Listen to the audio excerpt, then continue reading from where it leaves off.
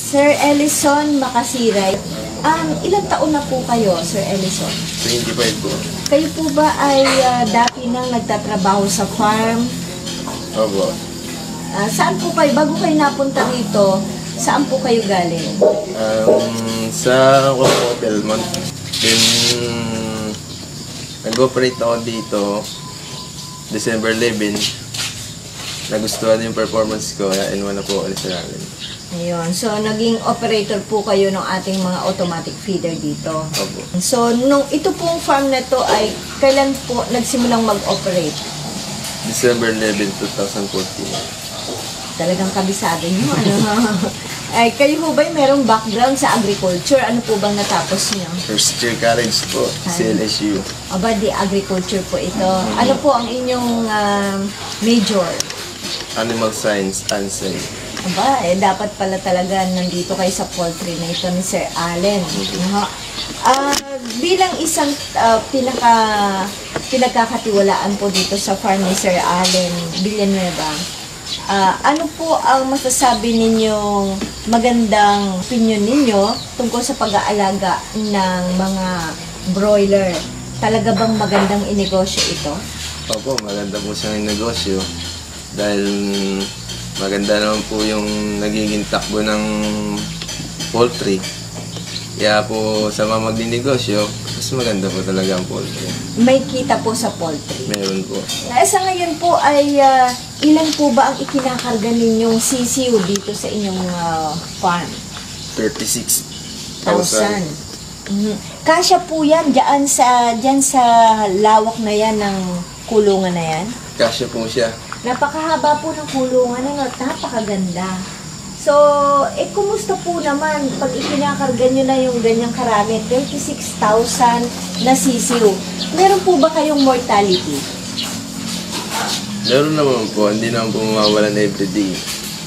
Everyday. Mga ilang porsyento po kaya? Kung halimbawa 36,000 ang kinakarga, ilan po ang sa kabuuan ng pag-aalaga, ilan na namamatay? Namatay po namin nasa 1% to 2%.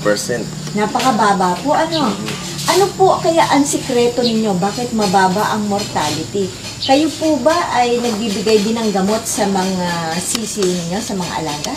Opo, nagbibigay po kami ng mga kailangan ng manok, mga antibiotic, mga vitamins. Ano po ang feeds nila? Anong klase po? Ito po ba'y commercial feeds o kayo po ang nag-formulate? Kami po nag-formulate ng feeds. Inalo po namin A2B. Kasi po subok na namin si A2B at ang maganda sa manok. Ito pong A2B ay kailan po ninyo natuklasan na pwedeng ihalo sa feeds at maganda ang magiging resulta? Simula po siya nung day 1, start na po kami nun. Paano nyo, nabalitaan po ba ninyo bilang tagapamahala ng farm o ito pong may-ari ng farm ang nagsabi sa inyo na gamitin po ito? Sa amin po natuklasan lang din po namin to dahil po nagbabasa po kami ng mga magazine kung ano po yung mga magagamit namin para sa feeds, para maganda. Ito pong A2B, paano nyo ginagamit po? Ito ba'y hinahalo nyo sa feeds o sa tubig po na inumin? Inumin po na tubig.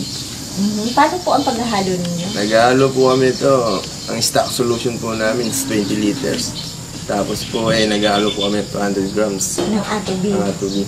Ano po ang nakita nyong epekto ng pagpapakain ng commercial feeds na merong formulation ninyong sarili at saka yung tubig na meron pong A2B? Ang nakikita ko po, po siya, mababa ang mortality, tapos nagiging magandang bulas ng katawan ng manok, tapos mabilis siya lumaki. Mabilis po lumaki. Ilang buwan po kayo nag-aalaga bago maglabas ng manok? Nabot po kami ng 30 days to 31. Mababa na po yun. Pero nakukuha po ang gaano katimbang nung manok? Tumitimbang po kami ng 1.6 to 1.7. Buhay po yun? Buhay. Ano pong sabi naman ng humahango ng inyong manok? Maganda naman po. Dahil bata pa, malalaki. Malalaki? Sayang nga po't hindi namin nakita ngayon dahil katatapos nyo lang mag-harvest. Mga more or less po, matatansya nyo po ba Magkano po ang pwedeng ideya na ibigay natin sa ating mga viewer ngayon na maaaring nakakapanood sa inyo nang pwedeng kitain kung sila po ipapasok din sa pagninegosyo? Kung po, gagamit sila ng mga ginagamit namin, siguro po, mas maganda, baka po umabot lang sila ng 3 to 4 years, bawi na po agad. Bawi na po. Opo, nakita nga namin itong pong lupa kung saan naroroon yung farm, napakalawak. Ilan po ba ang sukat ng inyong lupa dito, Sir Allen? 4 hectares po.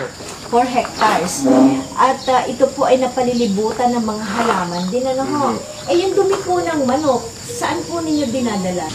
Nakusa na po siyang natutuyo sa ilalim po. Dahil po sa kayo'y gumagamit ng atobi, ano pong obserbasyon ninyo sa amoy ng dumi ng manok? Sa tubi naman po, wala siyang amoy. Normal lang para sa tao, sa manok. Tapos, konti lang at manipis, mabilis siyang matuyo. Simula po nung gumamit po kami ng atobi, maganda po yung nagiging performance namin. Konti nagiging mortality. Yung mga bad syndromes na kakayanan naman namin. Ano po yung bad syndromes na yan?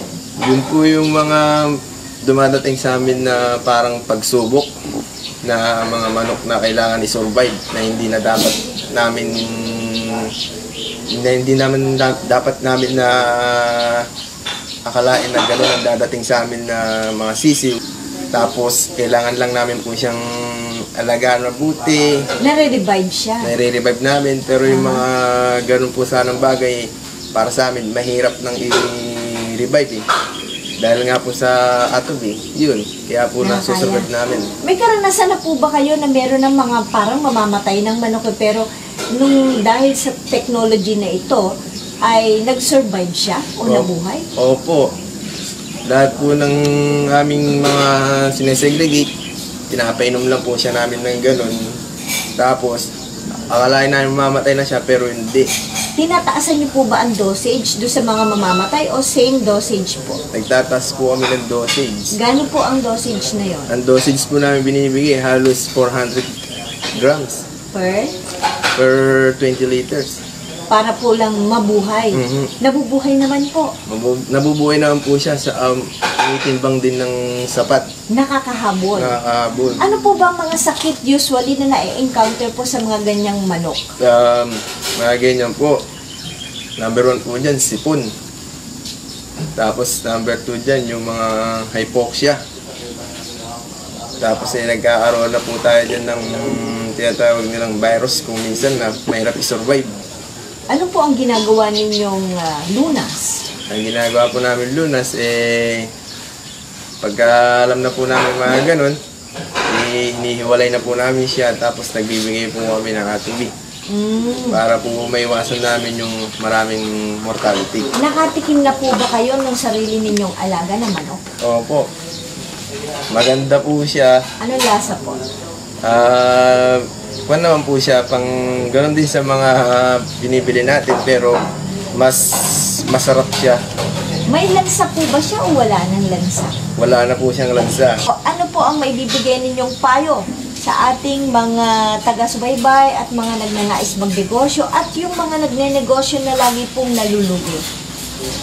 Gumamit po kayo ng atobi, subok at sigurado. Dahil po kami, ganun po ang aming ginagawa. Dahil po maganda po nagiging performance namin sa atobi. Maraming salamat po, Sir Ellison. Salamat po.